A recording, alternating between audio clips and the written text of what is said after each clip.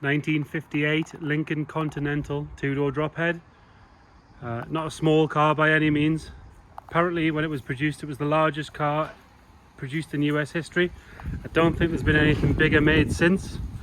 It also has the record for the longest and largest electric folding roof, which we will put in the video later on. I'll have a quick look at the bodywork to start with. Start on the front corner.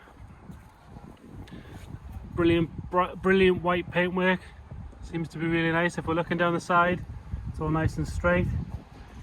Little bits like the emblem could do with either being refinished or replaced. The nice thing is with this being an American car, you can't get all these parts. The wheels could do with a good clean. We'll give the white walls a wipe down, but they could do with sort of a good scrub to bring them back. The hubcap itself is nice. There's no curving on it. Stainless is good on it. The arch has no chips on it. Nice solid arch all the way around there. Going down the right hand side, not a lot to report particularly. There is a mark at the very bottom of the door, tiny little bit there. Going down the whole side, it's nice and straight. There's a slight chip on the Fender Flare there. But other than that side seems pretty clean to me. You can see it's not a small car at all, so it's going to take a little while to wash. Give us a ring, we'll put the dimensions on the file if you're wondering if it fits in your garage. But really, if you've got to ask the question, to be fair, it probably doesn't. Chrome work to the rear, across the top is nice. Could do with a good polish, but that bit's really good. The lower half has faded slightly. It does look to be stainless, so it is milky. A lot of it looks like it could be cleaned up, but I would presume it's going to need a bit of attention. But actually, if you look at the back of the car, it doesn't spoil it at all. The tail light lenses are all good. None of them are cracked. Can't imagine they're easy to get. The boot lid itself and the convertible deck lid are all good. Nice thing is all the panels on these cars are all the same colour. It's not 40 shades of white. Coming up the driver's side now. Again, that chrome work. But going up, the paintwork itself is really nice. It's not wavy. It must be a difficult thing to get a car this size not looking like the sea in a rough tide. Fender Flare on this side's nice. Same with the wheel. Again, the white walls want to go clean. There is what looks to be two tiny little parking dings in the door there. Just where it's obviously caught. And again, the chrome on the handle is not brilliant. But again, from this far away, it doesn't look bad at all.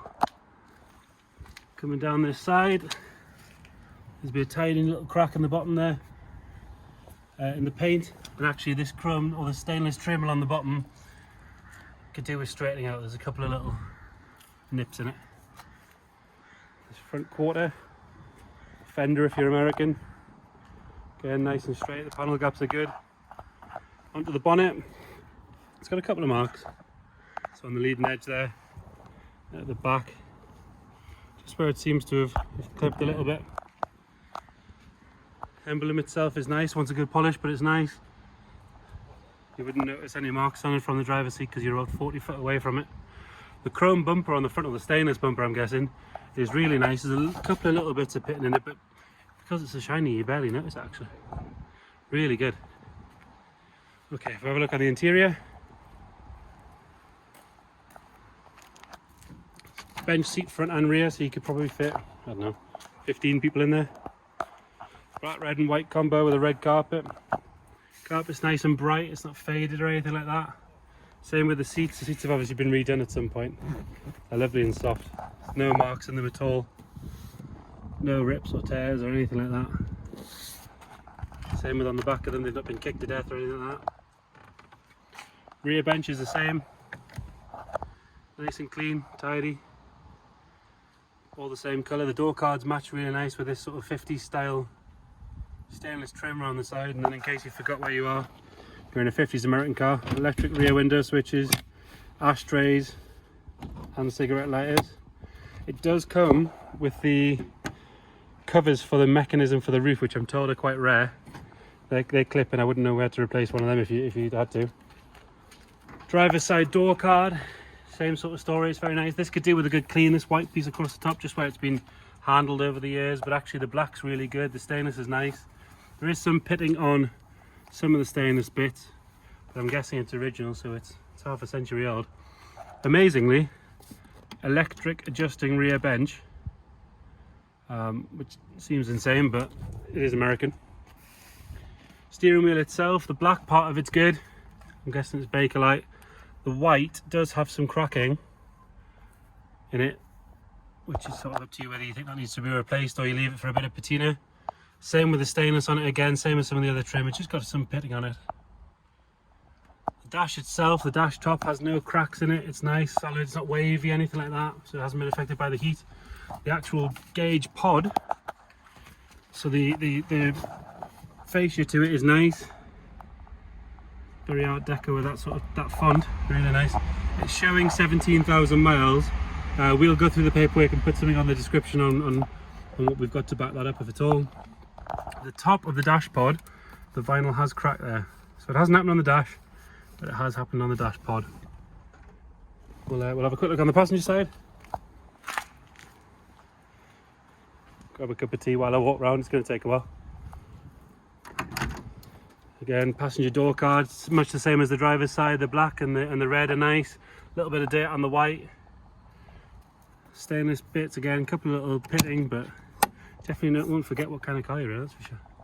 This side is probably my favourite bit of the interior. This is gorgeous. So this sort of wraparound dash with some stainless in it. Continental light by Lincoln Mark III. Sun visors to match. We'll have a look in the boot.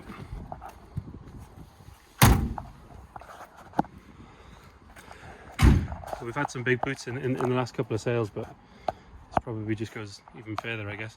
Now I'm told that the reason the spare wheel cover doesn't fit is they've got a slightly larger tyre in there. There was two options on the tyre size on the Mark III. They've gone for the bigger one because it gives a smoother ride. And again, it's just one's putting back up into place. You could definitely get your shopping in there. Take it to the shop, then take it to the show, all that. Under the engine bay, really pretty.